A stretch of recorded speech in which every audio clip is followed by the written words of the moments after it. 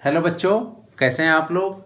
आज हम लोग डिस्कस करने वाले हैं क्लास 10th एनसीईआरटी मैथमेटिक्स का chapter areas related to circles की एक्सरसाइज 12.2 क्वेश्चन नंबर 8 से आज शुरू करेंगे और इसके आगे क्वेश्चंस को क्या करेंगे, डिस्कस करेंगे। क्वेश्चन नंबर 7 तक हम लोगों ने प्रीवियस वीडियो में क्या करा था, डिस्कस किया था। इसके एक एक क्वेश्चंस को क्या किए थे, सॉल्व किए थे। अब चलिए क्वेश्चन नंबर 8 को देखते हैं। क्वेश्चन नंबर 8 बड़ा ही इंटरेस्टिंग क्वेश्चन है, ठीक है। इसको भी बहुत मेहनत से हमने ये डायग्राम बनाया है, घोड़ा वोड़ा भी बना दिया है, ठीक है। चलो अब देखते हैं कि इस क्वेश्चन में बोल क्या रहा है। कि इसमें कह रहा है कि a horse is tied to a peg at one corner of a square, ठीक है, स्क्वायर शेप्ड ग्रास फील्ड। तो ये आपका क्या है, पहली बात की ये स्क्वायर शेप्ड कोई ग्रास फील्ड है जिसकी लेंथ दे रखा है 15 meter by a means of a 5 meter long rope. और यहाँ पे क्या है, इसके कॉर्नर पे पेग मतलब खूंटी से क्या है, एक घोड़ा बंधा हुआ है और ये जिस रस्सी से बंधा है इसकी लेंथ क्या दे रखा है, 5 मीटर। ठीक, तो क्वेश्चन समझ में आ गया। ये स्क्वायर शेप्ड ग्रास फील्ड है, इसके कॉर्नर पे एक खूंटी है जिससे एक घोड़ा बंधा हुआ है और जिस रस्सी से बंधा है इसकी लेंथ क्या है, 5 मीटर है। इसका मतलब घोड़ा इसी के लंग यहाँ जा सकता है ऐसे ऐसे, और फिर कैसे मूव कर सकता है, ऐसे मूव कर सकता है। ठीक, घोड़ा अब इस एरिया से आगे नहीं जा सकता है क्योंकि उसकी रस्सी की जितनी लेंथ होगी बस वहीं तक घोड़ा क्या रहेगा, ठीक है, सीमित रहेगा, इसके आगे नहीं जा सकता है। ठीक, तो अब देखो इसमें पूछ क्या रहा है कि the area of that part of the field in which the horse can graze. तो हमें उस पोर्शन का एरिया बताना है जहां तक घोड़ा क्या कर सकता है, ग्रेज कर सकता है, चर सकता है, घास को खा सकता है। ओके, तो इसका मतलब देखो, ये देखो इससे बाहर नहीं आएगा, इसको ग्रास फील्ड से बाहर नहीं जाना है। ये नहीं कि अब ये सोचोगे कि रस्सी है तो रस्सी से ये इधर भी आ जाए ना, ये इस ग्रास फील्ड के अंदर की ही बात कर रहा है कि घोड़ा इस ग्रास फील्ड के अंदर ही है। बस ये ग्रास फील्ड से क्या है, जो रस्सी से ये इधर जा सकता है, इधर जा सकता है, इधर भी नहीं जा सकता है क्योंकि रस्सी इतनी ही बड़ी है। तो हमें इस पोर्शन का क्या बताना है, एरिया बताना है। तो इसका हम रफली ऐसे डायग्राम बना लेंगे। चलो देखो, ये हमारा क्या है, मान लो कि ये ग्रास फील्ड था और ये वो एरिया है, नाम ले लो OAB। ठीक, और ये रस्सी की लेंथ क्या दे रखा है, 5 मीटर। तो हमें ये पोर्शन का क्या बताना है, एरिया बताना है। तो हमको क्या बताना है, area of sector AOB, area of sector AOB। Clear हुआ। ठीक, area of sector AOB formula क्या होता है, theta upon 360 into pi r square. यहाँ थीटा की वैल्यू क्या हो जाएगी, 90 डिग्री। रीजन क्या है, ये स्क्वायर है तो स्क्वायर में एंगल ये कितने डिग्री का हो जाता है, 90 डिग्री का। अब यहाँ पे वैल्यू पुट कर लो, 90 अपान 360 इंटू क्या है, पाई। पाई की वैल्यू क्या दे रखी है, 3.14 इंटू आर इक्वल टू क्या है यहाँ पे 5। तो ये हो जाएगा आपका 5 का होल स्क्वायर, 9 1 जा और 9 4 जा। तो आपका ये हो जाएगा 3.14 इंटू 25 अपान ये क्या हो जाएगा आपका 4। ओके, तो 25 इंटू ये हो जाएगा। अब देखो, अब इसका क्या करो, इसमें मल्टीप्लाई कर लो, ये आपका हो जाएगा 78.5 अपान 4। ये वैल्यू आई 78.5 अपान 4। और इसको जब आप 4 से डिवाइड करोगे तो 4 1 जा फिर 9, ये 625 सेंटीमीटर, ये आपका स्क्वायर। ये फाइनल आंसर हो जाएगा। तो ये किसका आंसर है, the area that part of the field in which the horse can graze. तो ये जितने एरिया में क्या कर सकता है, ग्रेजिंग कर सकता है, ग्रेज कर सकता है हॉर्स, उसका एरिया है 19.625 सेंटीमीटर स्क्वायर। ओके, अब देखो इसका सेकेंड पार्ट क्या कर रहा है, the increase in the grazing area if the rope were 10 meter long instead of 5 meter. अब यह कह रहा है कि जो इसकी रोप है, रस्सी है, 5 की जगह इसकी लेंथ क्या कर दिए, 10 कर दिए। ठीक, तो अब जो ये एरिया ग्रेज करेगा हमें उसका, जो इसमें ये पूछ रहा है इंक्रीज, तो इंक्रीज पोर्शन क्या हो जाएगा, इतना करेगा तो पूरा पूरा ये कवर, मान लो कि हमने ये नाम दे दिया सी और डी, तो पूरा अब 10 मीटर का हो जाएगा, तो पूरे सेक्टर के एरिया को क्या कर सकता है, ये ग्रेज कर सकता है। लेकिन इसमें ये पूछ रहा है the increase in grazing area. अब कितनी इंक्रीजिंग एरिया ग्रेज, तो पहले कितना था, ये था, बाद में इतना ज़्यादा हो जा रहा है, तो इसका हमको एरिया निकालने के लिए क्या करना पड़ेगा, बड़े वाले सेक्टर के एरिया में से छोटे वाले को क्या करेंगे, माइनस कर देंगे। तो लिख लो, राइट डाउन कर लो। ओके, देखो हमको क्या बताना है, तो लिख लो the increase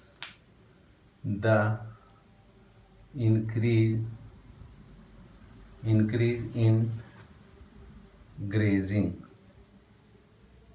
the increase in grazing area equal to क्या हो जाएगा, एरिया ऑफ सेक्टर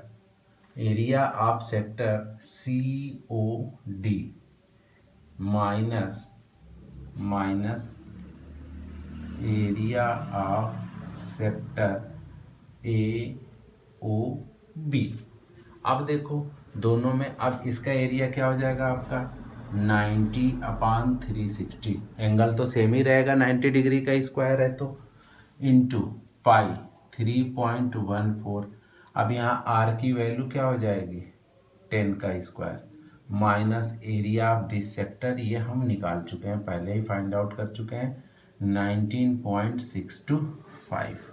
ओके, अब इसको सॉल्व करो, 1/4, तो 3.14 इंटू 100/4 माइनस 19.625, तो ये आपका हो जाएगा 4, ये 25, ठीक है, ये आपका क्या हो जाएगा 425, ठीक है। अब इसको सॉल्व कर लो, इसमें से क्या माइनस करना है 19.625, तो ये जब करोगे 4 से, तो 4 इसको पहले मल्टीप्लाई कर लिए, तो ये आ जाएगा आपका 78.5 माइनस 19.625, ठीक। अब इसको जब माइनस करोगे तो ये आपका 00 कर दो, तो ये 58.875, ठीक है, ये इसका आंसर आ जाएगा 58.875, और ये क्या हो जाएगा सेंटीमीटर स्क्वायर। तो ये किस पोर्शन का एरिया है, जो ये क्या हो रहा है, the increase in grazing area, जो भी ग्रेजिंग एरिया बढ़ रहा है उसका ये एरिया हो गया, ठीक। तो क्वेश्चन बहुत ही इंटरेस्टिंग था। ओके, अब before pass the video and noted down. Okay students, अब हम क्वेश्चन नंबर 9 को डिस्कस करेंगे। तो ये देखो क्वेश्चन नंबर 9 में बोल क्या रहा है कि a brooch is made with silver wire in the form of a circular, ठीक, in a form of a circle with diameter 35 metre, ठीक। ये जो सर्कल के फॉर्म में ब्रूच बना है, ठीक है, इसका डायमीटर आपका क्या दे रखा है, ये दे रखा है आपका 35 मीटर, 35 mm है, मीटर नहीं है, 35 mm। The wire is also used in making 5 diameter, ठीक है, जो ये वायर बना है इन 5 डायमीटर को बनाने में, the wire is also used in making 5 diameters, wire के हेल्प से भी ये 5 डायमीटर, देखो 1 2 3 4 और ये 5 डायमीटर है, इसी की हेल्प से बने हैं, ठीक। Which divide the circle into 10 equal sector as shown in figure, ठीक। तो देखो सबसे पहली बात कि मेन चीज़, अभी क्वेश्चन सॉल्व करने से पहले क्वेश्चन समझो कि हमारे पास ये ब्रूच है, और ब्रूच किससे बना है आपका सिल्वर वायर, तो सिल्वर वायर आपका यहाँ भी यूज हो रहा है, और ये जितने डायमीटर हैं ये सब आपके सिल्वर वायर की हेल्प से बने हैं, कन्फर्म, क्लियर, ठीक। तो ये तो क्वेश्चन में समझ में आ गया कि जो भी पोर्शन इसका बना है सब ब्रूच का किससे बना है, सिल्वर वायर से बना है। ओके, अब क्या दे रखा है, जो इसका डायमीटर है ये दे रखा है 35 मीटर। Okay clear. अब देखो, अब ये क्या कह रहा है कि जो ये वायर है ना, क्या कर रहा है, इज आल्सो इतना विच divide the circle into 10 equal sector, ये 10 equal sector.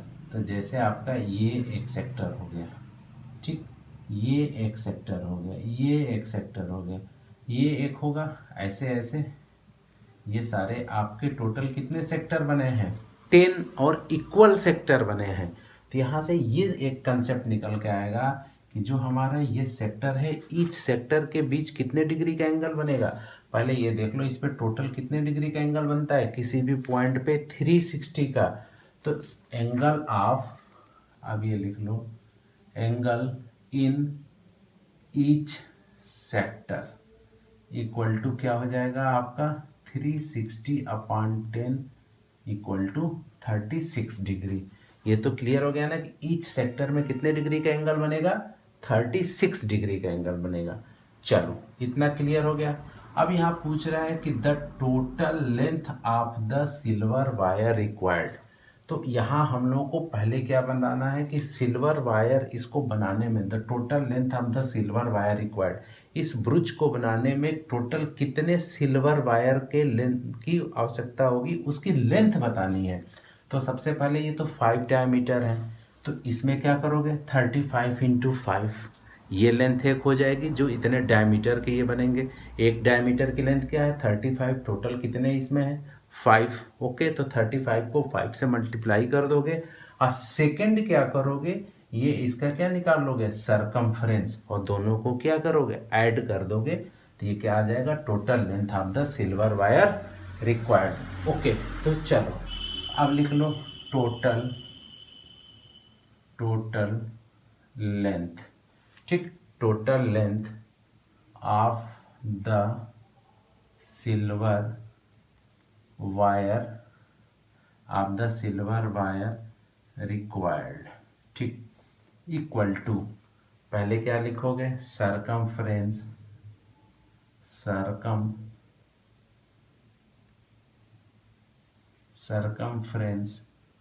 Of the circle plus 5 into diameter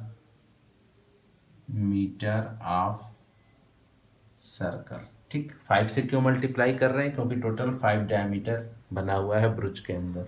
okay, अब चलो सरकमफ्रेंस का 2πr प्लस 5 इंटू डायमीटर क्या है इसका 35। तो अब देखो 2π, ठीक है, पाई की वैल्यू क्या है 22/7 इंटू आर की वैल्यू क्या हो जाएगी, आपका डायमीटर 35 है तो रेडियस 35/2 हो जाएगा। तो ये लिख लो 35/2 प्लस, ठीक है, अब क्या है आपका 5 इंटू ये क्या है आपका 35, 5 इंटू 35।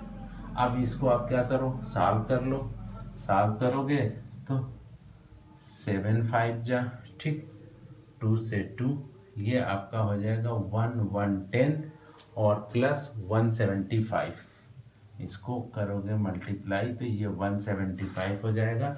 तो इसका आंसर आ जाएगा आपका 285 मिलीमीटर। ठीक, तो जो टोटल सिल्वर वायर क्या है, the total length of the silver wire required, वो क्या हो गया आपका 285 मिलीमीटर। ओके, चलो अब before pass the video and noted down, इसके बाद से हम लोग करेंगे क्या, इस क्वेश्चन के सेकेंड पार्ट को अपन डिस्कस करेंगे। चलो अब देखो इसका सेकेंड पार्ट हमसे क्या पूछ रहा है, कह रहा है कि the area of the each sector of the Baruch.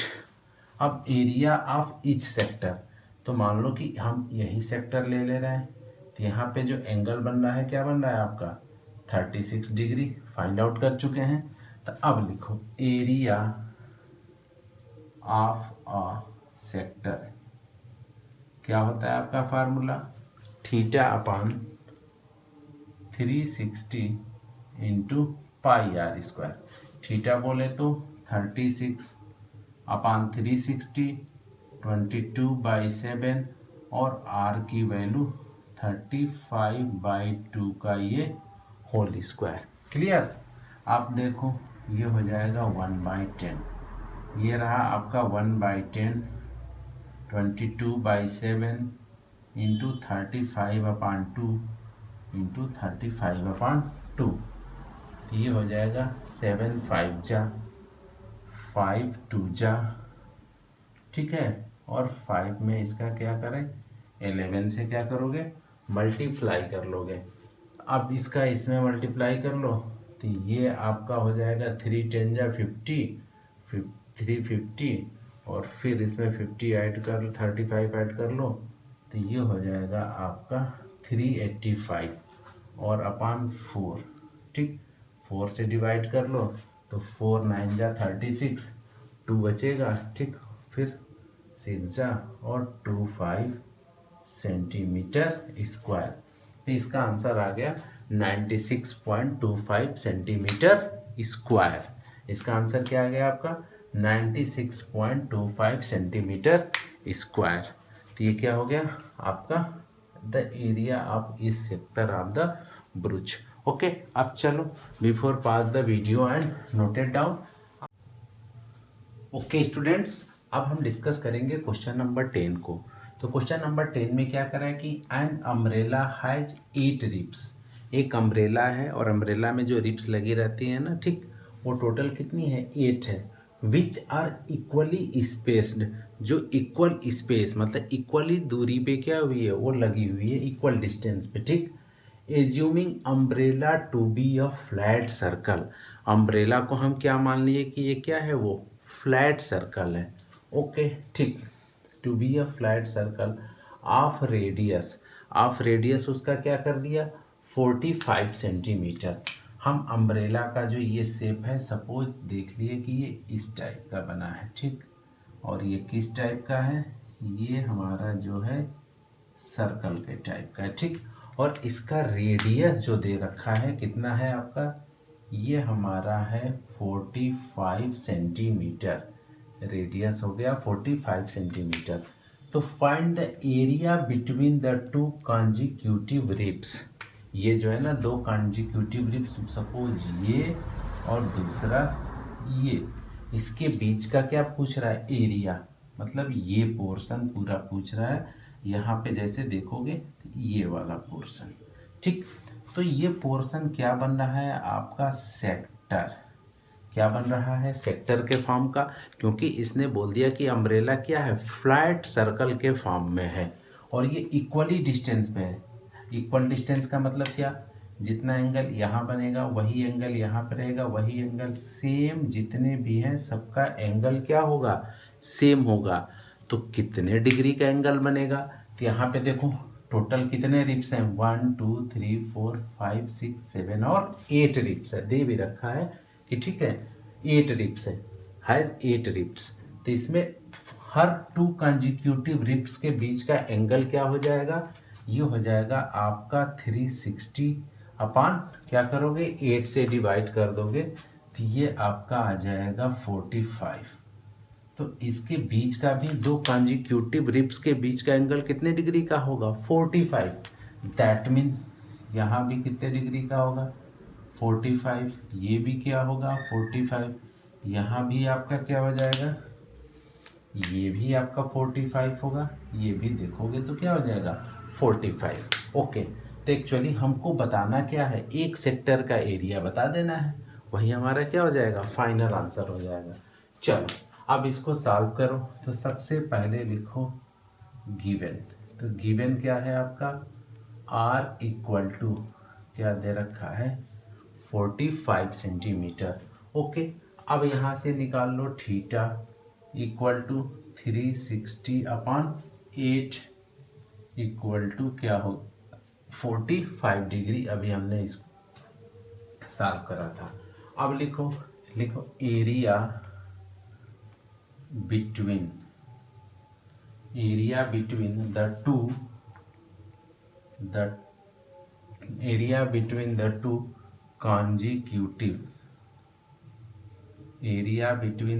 consecutive ribs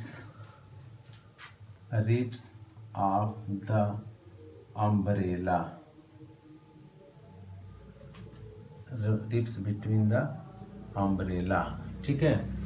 umbrella equal to, अब यहाँ पे क्या हो जाएगा, ये theta upon 360 into pi r square equal to area of a sector.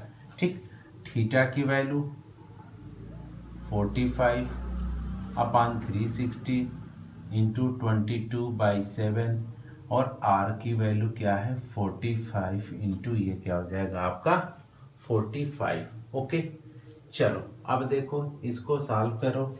अब जब इसको सॉल्व करोगे तो 45 से ये कट के आपका क्या आ जाएगा 8 आ जाएगा। ठीक, और 8 कट के ये आएगा। अब ये देखो, अब यहाँ पे क्या हो जाएगा, ये 11 हो जाएगा और ये आपका क्या हो जाएगा 4 हो जाएगा। तो ये हो जाएगा 11 इंटू 5 5 जा 25 और 4 5 जा 20 और अपान ये क्या हो जाएगा 28। ठीक है, अब क्या करोगे, इससे मल्टीप्लाई कर दो 11 से, तो ये हो जाएगा 5 7, ठीक है 2 2 2 और अपान में आपका क्या हो जाएगा ये 28। ओके, और 28 से इसको डिवाइड कर दो 795.54 सेंटीमीटर स्क्वायर, 795.54 सेंटीमीटर स्क्वायर। ये हमारा क्या हो जाएगा फाइनल आंसर किसका, the area between the two consecutive ribs of the umbrella. मतलब अगर हम कहें इसका एरिया क्या होगा, ये एरिया आपका ये हो जाएगा 795.54 सेंटीमीटर स्क्वायर। जितने भी ये है ना सारे सेक्टर का टू कॉन्जिक्यूटिव रिब्स के बीच में क्या हो जाएगा आपका एरिया ये होगा। ओके, तो ये था हमारा क्वेश्चन नंबर 10। चलिए, तो हम इस वीडियो में क्वेश्चन नंबर क्या क्या देखें, क्वेश्चन नंबर 8 9 और 10 को डिस्कस करा। अब नेक्स्ट वीडियो में आएंगे, बचे हुए कितने क्वेश्चन हैं आपके 11 12 13 और 14, 4 क्वेश्चंस और बच गए हैं। इसको नेक्स्ट वीडियो में हम लोग क्या करेंगे डिस्कस करेंगे। ओके।